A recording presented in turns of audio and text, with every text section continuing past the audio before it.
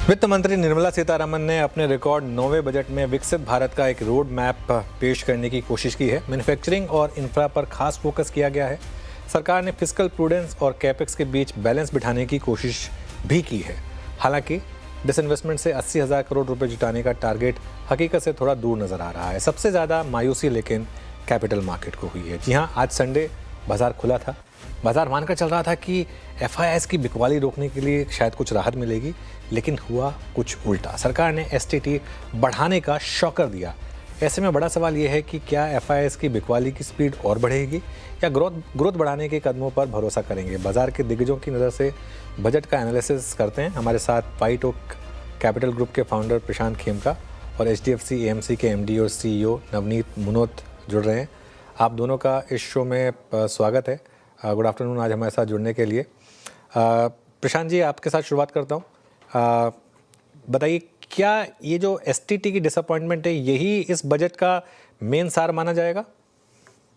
सिर्फ मेरे समझ एसटीटी कारण नहीं है। एसटीटी को लेके मार्केट में नाराजगी, मार्केट में जो भी कह रहे हो, अभी सब लोग कोई ना कोई रीजन तो पॉइंट आउट करेंगे अगर मार्केट डाउन है तो 2%। बट मेरे हिसाब से ये एसटीटी सिर्फ एफएनओ पे है, ये कैश पे नहीं है। एंड इसको लेके कुछ मार्केट पे खास असर, नेगेटिव असर नहीं पड़ा है। मार्केट में फिर इतनी गिरावट क्यों आई प्रशांत जी? जिस तरीके से मार्केट आज गिरा और वन वे गिरा, पुराने लोज भी तोड़े हमने आज। बैंक निफ्टी में बड़ी गिरावट आई। सिर्फ एक निफ्टी आईटी था जो कम गिरा, अदरवाइज बाकी तो पूरी अक्रॉस द बोर्ड मार्केट में काफी बड़ी गिरावट आई। वो जरूर। तो क्या किस चीज को लेके निराशा रही है अगर आप ये पूछे तो आई थिंक एक तो कहीं मार्केट में ये होप या इस बात की गुंजाइश लग रही थी कि कैपिटल गेन्स टैक्स जो है, जो कि कैश मार्केट के रिलेटेड है, उसमें शायद कुछ बेनिफिट आए, जैसे कि उसको कंप्लीटली निकाल दिया जाए फॉर फॉरेन इन्वेस्टर्स। भी कोई सेक्शंस में ये धारणा बनने लग गई थी। क्योंकि आई थिंक इंडिया ही ऐसी एक मार्केट है जहाँ पे फॉरेन इन्वेस्टर्स पे कैपिटल गेन्स टैक्स लगता है। बाकी हमारा इमर्जिंग मार्केट्स पोर्टफोलियो जैसे है, मेरे ध्यान में ऐसा कोई दूसरा कंट्री नहीं है जहाँ पे फॉरेन इन्वेस्टर्स पे कैपिटल गेन्स टैक्स लगता हो। तो उसके चलते फॉरेन इन्वेस्टर्स को काफी ये रहती है, शिकायत रहती है, क्योंकि प्रोसीजरली भी थोड़ा डिफिकल्टीज प्रोड्यूस करता है। तो एक ये उम्मीद बन गई थी कि क्योंकि इंडियन मार्केट करीबन 40% अंडर परफॉर्म किया है compare to the emerging markets पिछले 12-13 महीनों में, तो ये इसको एड्रेस करेगी गवर्नमेंट, जो कि नंबर वन डिमांड रहती है फॉरेन इन्वेस्टर्स की। ये ऐसी कुछ गुंजाइश बनने लग गई थी, और वो नहीं आने से ये एक नेगेटिव हो सकता है, नंबर वन। सेकंड, जो भी चल रहा है पिछले 12 महीनों में माहौल, मार्केट का माहौल तो अपने बात किए, इकोनॉमी में जो लेट्स से थोड़ी बहुत कॉर्पोरेट अर्निंग्स में, particularly not economy but corporate earnings में स्लगिशनेस है। टैरिफ के चलते ट्रम्प के साथ जो कश्मकश चल रही है पूरी दुनिया भर की, और भारत की भी ट्रेड डील क्लोज अभी तक नहीं हुई है। जो जियो पॉलिटिक्स, ऑब्वियसली इंडिया का भी एक इन्वॉल्वमेंट, आई मीन ऑपरेशन सिंदूर में रहा पिछले साल, पर रशिया यूक्रेन कंटिन्यूअसली चल रहा है। और जो ईरान में हुआ, या जो वेनेजुएला में, ये सबको देखते हुए भी एक उम्मीद थी कि ये बजट में कुछ उम्मीद से ज्यादा आएगा, कुछ out of the way reforms आएंगे, जो कि ऐसा कुछ हटके नहीं आया, कंटिन्यूटी आई है। जो पिछले 10-11 साल में पॉलिसीज रही है, उनकी कंटिन्यूटी है, कंसिस्टेंसी है। उसके चलते 6% ग्रोथ इकोनॉमी का आया है, जो कि काफी स्ट्रांग है। और ये बजट जो है उससे, उसमें कुछ फर्क आता हुआ ऐसा बजट नहीं है कि जिससे से उम्मीद बन सके कि अभी 8-9% ग्रोथ भी आ सकता है। जिससे कि ऑब्वियसली कॉर्पोरेट अर्निंग्स को बढ़ावा मिलेगा। ऐसा कुछ स्पेशल इसमें आज की तारीख में नहीं दिख रहा है। हो सकता है फाइन प्रिंट में काफ़ी डिटेल्स होती, काफ़ी devil is in the details कई बार कहते हैं। तो हो सकता है डिटेल्स पढ़कर कुछ कुछ अलग इन्फ्रेंस हो मार्केट का, बट आज की तारीख में मुझे लगता है नॉर्मल बजट है। Budget continues the policies of the prior years, in that sense ये पॉजिटिव है। बट कुछ एक्सपेक्टेशन के सामने शायद कुछ लोगों को निराशा हो रही है। बिल्कुल। चलिए, नवनीत मनोत भी हैं हमारे साथ। नवनीत जी, गुड आफ्टरनून। कहाँ डिसअपॉइंटमेंट रह गई? क्या ये पूरा का पूरा बजट जो है सिर्फ एक एसटीटी का खेल बनकर रह गया? तो अनुज, मुझे लग रहा है कि शायद थोड़ा ज़्यादा फोकस लोग एसटीटी के बढ़ाने पर कर रहे हैं, और एक या दो चीज़ जहां पर बहुत अपेक्षाएं थी, जैसा प्रशांत ने कहा कि फॉरेन इंस्टीट्यूशन इन्वेस्टर्स की मांग रही है कि उन्हें कुछ long term capital gain tax, short term capital gain tax पर रियायत दी जाए, उस पर रह गई। तो जो बाकी के पॉजिटिव्स थे बजट के, उन्हें कहीं ना कहीं बाजार नज़रअंदाज कर रहा है। मुझे लग रहा है अगले कुछ दिनों में जब लोग डिटेल्स पढ़ेंगे और जब देखेंगे कि बाईबैक, टैक्सेशन में रिलीफ से जो कॉर्पोरेट बैलेंस शीट्स में काफ़ी कैश है वो कुछ बाहर आ सकता है क्या, बाज़ार के लिए अच्छा हो सकता है क्या, डेटा सेंटर्स क्या एक बड़ा एक इन्वेस्टमेंट एवेन्यू बन सकता है क्या, गवर्नमेंट ने जो इंफ्रास्ट्रक्चर पर खर्चा इस साल भी बढ़ाया है करीब 10%, क्या उसके अच्छे परिणाम नहीं होंगे।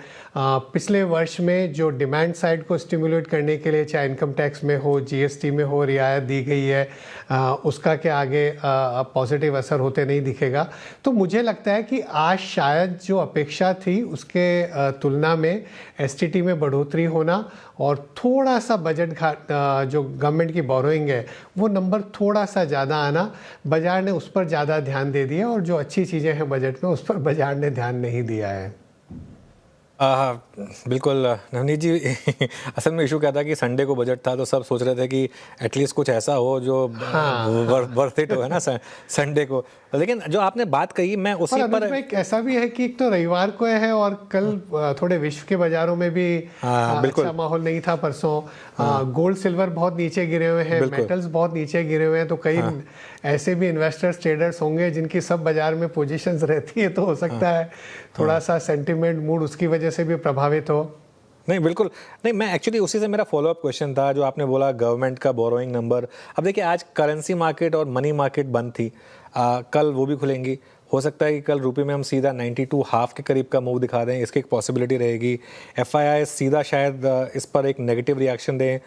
तो इन दैट केस क्या एक रिस्क बन रहा है कि ये मार्केट जो है अब यहाँ से इंडेक्स लेवल पर भी 10-15% करेक्ट हो जाए? नवनीत जी, देखिए, पोर्टफोलियो लेवल पर तो 30 से 50% करेक्ट हो चुकी है मार्केट, डिपेंडिंग ऑन आपका पोर्टफोलियो। लेकिन इंडेक्स लेवल पर अभी तक हमने बड़ी फॉल नहीं देखी है। क्या उसका रिस्क रहेगा यहाँ पर?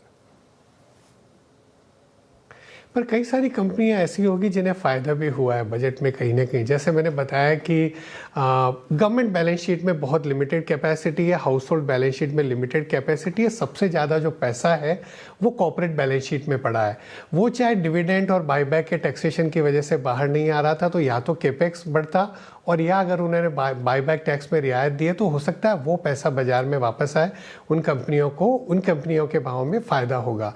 दूसरा, मुझे लग रहा है कि चाहे वो 7 फ्रंटियर इंडस्ट्रीज़ की उन्होंने बात करी, कई रिवाइवल ऑफ ट्रेडिशनल इंडस्ट्रीज़ की बात करी, अर्बनाइजेशन में काफ़ी चीज़ों की बात करी, तो वो सबसे कई ऐसी इंडस्ट्रीज़ होंगी जिनको फ़ायदा होगा। मुझे लग रहा है कि जो डेटा सेंटर्स का इन्वेस्टमेंट्स है उसको थोड़ा नज़रअंदाज किया जा रहा है। पूरे विश्व में आप देखिए इन्वेस्टमेंट्स इस साल कहाँ हुआ है। अमेरिका की जो ग्रोथ है उसमें से 50% हिस्सा खाली डेटा सेंटर्स के इन्वेस्टमेंट का है। क्या भारत में वो नहीं हो सकता? आई थिंक भारत में बहुत बड़ी संभावना है उन सब में। तो जो क्षेत्रों को फ़ायदा होगा वो मुझे लगता है कि कहीं ना कहीं वो शेयर्स अच्छा करने लगेंगे। और मुझे लगता है कि मैंने आज देखा वो PSU बैंक्स काफ़ी डाउन थे। हो सकता है लोगों को लग रहा है कि अगर बोरिंग ज़्यादा आई, कल 5-10 बेसिस पॉइंट बॉन्ड यील्ड बढ़ जाएंगे तो एक क्वार्टर में कहीं ट्रेजरी के लॉसेस आएंगे, पर उसकी वजह से मार्केट कैप इतना नहीं गिरना चाहिए। ओके, उस वजह से मार्केट इतना नहीं गिरना चाहिए। प्रशांत जी, आप एग्री करेंगे क्या कि बाजार के लिए पॉजिटिव्स भी हैं और सिर्फ एक एसटीटी कट पर नहीं फोकस करना चाहिए? और आपके हिसाब से कौन कौन से सेक्टर्स हैं जहां पर आप थोड़ा सा पॉजिटिव होंगे बजट के बाद?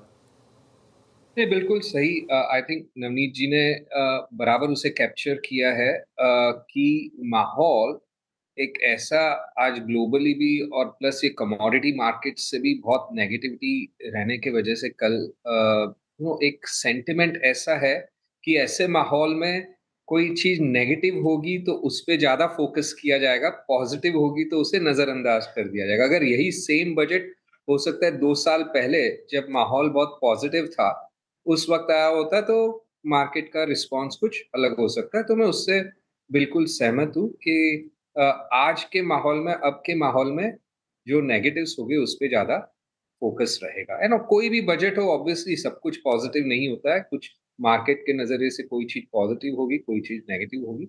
मैं जो अ, देखना चाहता हूँ बजट में प्राइमरीली इज कि कुछ aggressively ease of doing business की तरफ आगे बढ़ रहे हैं कि नहीं। मेरे हिसाब से दुनिया में, आई मीन इंडिया का जो नंबर वन रीजन है, प्राइमरी फैक्टर जो है कि इंडिया का स्टैंडर्ड ऑफ लिविंग लो है compare to other countries. India का इकोनॉमिक ग्रोथ आज 6% है, ना कि 8 से 10% है।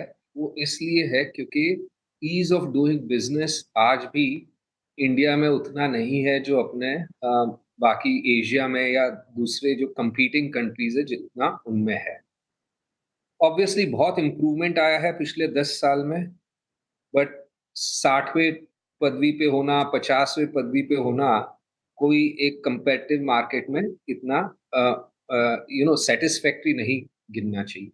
तो इस बजट स्पीच में एंड ऑब्वियसली फाइन प्रिंट में देखना होगा कि क्या है क्या नहीं, बट ये बजट स्पीच में I think honourable finance minister ने कई बार during the budget speech ease of doing business and ease of living, I think शायद ही पिछले कई बजट स्पीचेस में इतनी बार मेंशन हुआ हो जितनी इस बार हुआ है। अब क्या उस पे फॉलो अप होता है, उस पे काफी डिपेंड करेगा। जैसे उन्होंने कहा, एक सिंपली चीज कही कि we will be reviewing the rules governing non debt instruments used by for investment by foreign investors. अभी ये इतना वास्ट एरिया है और इसमें इतने कॉम्प्लिकेटेड मेज ऑफ रेगुलेशंस है कि इसके सही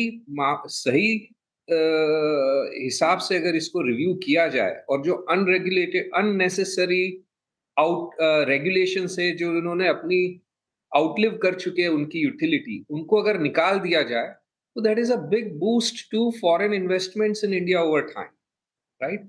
जो कि एक छोटे मोटे एसटीटी कट से उस जितना कोई फर्क नहीं पड़ेगा, अब वो भी एफएनओ पे, उससे कई ज्यादा पॉजिटिव अगर ये रिफॉर्म सही मायने में होगा तो उसका पड़ेगा। तो मैं ये बेनिफिट ऑफ डाउट देना चाहूंगा, having without having read the fine print, कि इस बजट में दूसरी भी कई चीजें कही गई है, जैसे कि several relaxations on complex compliance procedures and rationalisation of penalties and prosecution, and कई चीजों में जैसे इम्प्रिजनमेंट टर्म्स निकाल के उन्हें डॉलर फाइन्स में बदल दिया गया है।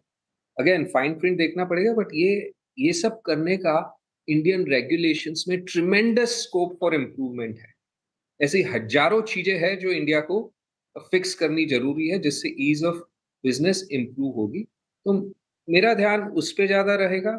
Sectoral specific I don't think कोई भी ऐसा एक स्पेसिफिक सेक्टर आप कह सकते हो मेजर सेक्टर्स में कि जिसमें आज कुछ बहुत उम्मीद से ज्यादा, जैसे अभी डिफेंस बजट को 21% बढ़ा दिया गया, बट फिर भी डिफेंस स्टॉक्स वीक थे क्योंकि ऑलरेडी एक्सपेक्टेड था कि डिफेंस स्पेंडिंग में बहुत ज्यादा बढ़ोतरी होगी because of all the things that have happened during the year. उस कॉन्टेक्स्ट में 21% increase is not a spectacular increase. It is a modest increase in context of the जो माहौल है आज दुनिया का उसके संदर्भ में ये एक मॉडेस्ट इंक्रीज है। वी नीड 20-25% इंक्रीज साल दर साल कई सालों तक चाहिए टू इंक्रीज अपनी जो स्पेंडिंग है आज डिफेंस की सिर्फ 2% है जीडीपी की, वो 4 से 5% तक लेके जाने के लिए अपने को कई वर्षों तक 20-22% की बढ़ोतरी करनी पड़ेगी। जो अपने नेबर्स है, अपने पड़ोसी देश जो है, वैसे पड़ोसी देश अगर हो किसी के तो 5% तो डिफेंस स्पेंड होना ही चाहिए। तो मेरे मायने में कोई पर्टिकुलर सेक्टर के लिए नहीं कह सकते कुछ ऐसा पॉजिटिव दिखाई दे रहा है, और ना ही कुछ पर्टिकुलर सेक्टर के लिए नेगेटिव दिखाई दे रहा है, other than capital market intermediaries like brokerages and all, बिल्कुल। जिनको शायद एसटीपीसी नेगेटिव। नवनीत जी, मैं अब डिफेंस पे आना चाहूँगा। क्या थोड़ा डिसअपॉइंटेड होगी मार्केट जो डिफेंस पर बजट बढ़ाया गया, जितना नहीं बढ़ाया गया, जितना मार्केट प्राइसिंग करके जा रहा था, जिस तरीके की हमने स्टॉक्स में आउट परफॉर्मेंस देखी थी, क्या थोड़ी सी डिसअपॉइंटमेंट होगी वहाँ पर? से में एक चीज़ देखनी होगी कि अगर वित्तीय घाटा है उसको आपको नियंत्रित करना है, आपको डेट टू जीडीपी अगले 4-5 साल में उसको नीचे लेकर के आना है, आपके पास एक जो पूल ऑफ मनी है उसमें आपको निर्धारित करना है कितना डिफेंस में जाएगा, कितना आपको कंजम्पशन इस पर करना है, कितना दूसरे क्षेत्रों में डालना है, कितना नए क्षेत्रों को बढ़ावा देने के लिए देना है। उसके अंतर्गत मुझे लग रहा है कि डिफेंस में शायद जो बढ़ोतरी हुई है वो ठीक है, पर सरकार का जो स्टेटेड ऑब्जेक्टिव है डिफेंस क्षेत्र को लेकर कि उसमें उसका घरेलूकरण करना, उसमें इंपोर्ट सब्स्टिट्यूशन और बढ़ाना, उसमें और इनोवेशन को बढ़ावा देना, कि धीरे धीरे भारत एक बड़ी एक्सपोर्ट पावर के रूप में भी इमर्ज हो, तो मुझे लगता है कि सिर्फ एक वो आंकड़ा ही नहीं देखना चाहिए, पर पूरी जो पॉलिसीज़ हैं, चाहे प्रोक्योरमेंट से रिलेटेड हैं या एक्सपोर्ट प्रमोशन के लिए से रिलेटेड हैं, वो पूरी सारी को उसको एक विहंगम दृष्टि से देखना चाहिए। और सिर्फ डिफेंस में ही नहीं, मुझे लगता है कि ओवरऑल हम लोग सेंट्रल गवर्नमेंट का इंफ्रास्ट्रक्चर का बजट देख रहे हैं, लेकिन उससे बड़ा अमाउंट सारी स्टेट गवर्नमेंट्स का मिलकर के होता है, और वो दोनों साथ में मिलकर के अगर कैपेक्स को बढ़ावा दें तो बड़ी संभावनाएं हैं। बिल्कुल। अच्छा नवनीत जी, एक और दिक्कत क्या हो गई, मार्केट के 3 लीडिंग आउट परफॉर्मिंग इंडेक्स थे, डिफेंस, कैपिटल मार्केट्स और पीएसयू बैंक्स। तो आज ऐसा लग रहा था कि जो 3 चल रहे थे उन 3 को भी एक तरीके से जैसे कहते हैं लंगड़ी टांग मारते हैं वो गिरा देते हैं, वो कर दिया गया। अब क्या डिफेंस का देखा हमने, कैपिटल मार्केट की उसका क्या ही बात करें, वहाँ तो बिल्कुल कल एनएसई का आईपीओ का अप्रूवल मिला, आज ये खबर आ गई बजट में कि एसटीटी बढ़ गया। पीएसयू बैंकों के लिए भी एक तरीके से नेगेटिव माने, क्योंकि अब बोरोइंग नंबर जो है, कल बॉन्ड यील्ड्स काफ़ी इम्पैक्ट होगा कहीं ना कहीं। क्या ये जो पीएसयू बैंकों की वन वे रैली चली आ रही थी, इस पर भी रिस्क है अब? नहीं, सो अनुज देखिए, अगर आप कैपिटल मार्केट के बारे में सोचें तो जो स्ट्रक्चरल थीम है कि भारत का सेवर इन्वेस्टर बन रहा है, वो थीम नहीं बदल रही है। ट्रांजैक्शंस में हो सकता है फ़र्क पड़े, भारत एक derivatives capital of the world बन गया। मैंने सुना है कि प्रेस कॉन्फ्रेंस में वित्त मंत्री और सभी सेक्रेटरीज के कॉन्फ्रेंस में बोला गया कि ये जो एसटीटी बढ़ाया गया वो रेवेन्यू मैक्सिमाइजेशन के लिए नहीं है, कहीं ना कहीं उसमें एक सोशल ऑब्जेक्टिव भी है। कि आपने देखा कि कुछ समय पहले गेमिंग पर बैन किया गया, और कई लोगों से ऐसा कई सालों से हम सुन रहे हैं कि F&O एक्टिविटी में ज़्यादातर ट्रेडर्स का, जो छोटे ट्रेडर्स हैं उनका नुकसान होता है और कुछ ही लोगों के हाथों में वो पैसा जाता है। तो मुझे लगता है कि जिस तरह का वॉल्यूम्स था, सरकार को शायद लग रहा हो कि वहाँ पर अगर टैक्स बढ़ाया जा सके और अगर वो एक्टिविटी थोड़ी सी कम भी होती है तो उसका बहुत लंबा नेगेटिव असर पूंजी बाज़ारों पर नहीं पड़ेगा। मुझे नहीं लगता है कि कैपिटल फॉर्मेशन की या फाइनेंशियलाइजेशन ऑफ सेविंग्स की थीम में कोई बड़ा फ़र्क पड़ने वाला है। ज़रूरी कुछ ऐसे स्टॉक्स होंगे जिन पर उसका इमीडिएटली नेगेटिव असर होता है, बट जो स्ट्रक्चरल ट्रेंड है कि ज़्यादा से ज़्यादा लोग शेयर बाज़ार में पैसा लगाएंगे, पूंजी बाज़ार में पैसा लगाएंगे, मुझे लगता है हमारा SIP फ्लो इंडस्ट्री का बढ़ता रहेगा। बिल्कुल। अच्छा प्रशांत जी, अब एक रिस्क मार्केट के लिए रहेगा कि एफआई की सेलिंग और बढ़ेगी। ऐसे में जो डोमेस्टिक लिक्विडिटी है, जो मार्केट का एक बहुत बड़ा सहारा रहा है, आपको लग रहा है वो अभी भी मार्केट के साथ ही रहेगी? एसआईपी इनफ्लोज जो 30-30 हज़ार करोड़ के रहे हैं, उनमें डेंट पड़ने का कोई रिस्क होगा क्या, कंसिडरिंग अब हम उस स्टेज पर आ रहे हैं जहां पर इक्विटी इन्वेस्टर्स को कई पॉकेट्स में नेगेटिव रिटर्न्स भी मिल रहे हैं? देखिए, मुश्किल है कहना डोमेस्टिक इन्वेस्टर्स के मामले में मैं नवनीत जी पे डिफर हर मामले पे नवनीत जी पे डिफर कर सकता हूँ, but certainly in domestic inflows के मामले में आज तक जो देखने को मिल रहा है वो डोमेस्टिक इन्वेस्टर, रिटेल इन्वेस्टर काफी रेजिलिएंट रहा है, एंड राइटली सो। आप साल 2 साल 4 साल की मंदी पे आप भाग जाओ तो ऐसे पैसे नहीं बनेंगे ओवर टाइम। मार्केट में सिर्फ तेजी में पैसे डालो और मंदी में बंद कर दो, तो वो कोई पैसे बनाने की सही तरीका नहीं है। वो हर वक्त हर टाइम पे आप रेगुलरली कंसिस्टेंटली इन्वेस्ट करो तो ही ओवर टाइम सही मायने में लोगों का पैसा बनता है। बट वो कब तक ये रिटेल इन्वेस्टर वो समझ पाएगा, वो देखने वाली बात रहेगी। एज ऑफ टुडे कहना मुश्किल है। As of today retail investor is very resilient. Navneet ji, एक चीज़ जो मैं आपसे पूछना चाहूँगा कि क्या अभी तो हम खैर सिर्फ डिसअपॉइंटिंग चीज़ें देख रहे हैं, सिर्फ नेगेटिव चीज़ें देख रहे हैं, क्या कुछ पॉजिटिव भी ढूंढा जाए, खास तौर से इस एनवायरनमेंट में जहाँ कल परसों कमोडिटी मार्केट में जो क्रैश आया, और क्योंकि हम एक लार्जली कमोडिटी कंज्यूमिंग देश हैं, क्या एक रिवर्सल ट्रेड प्ले हो सकती है कि अब कमोडिटीज से पैसा निकल कर इक्विटीज़ में आए और थोड़ा पैसा शायद भारत में भी आ जाए उसकी वजह से?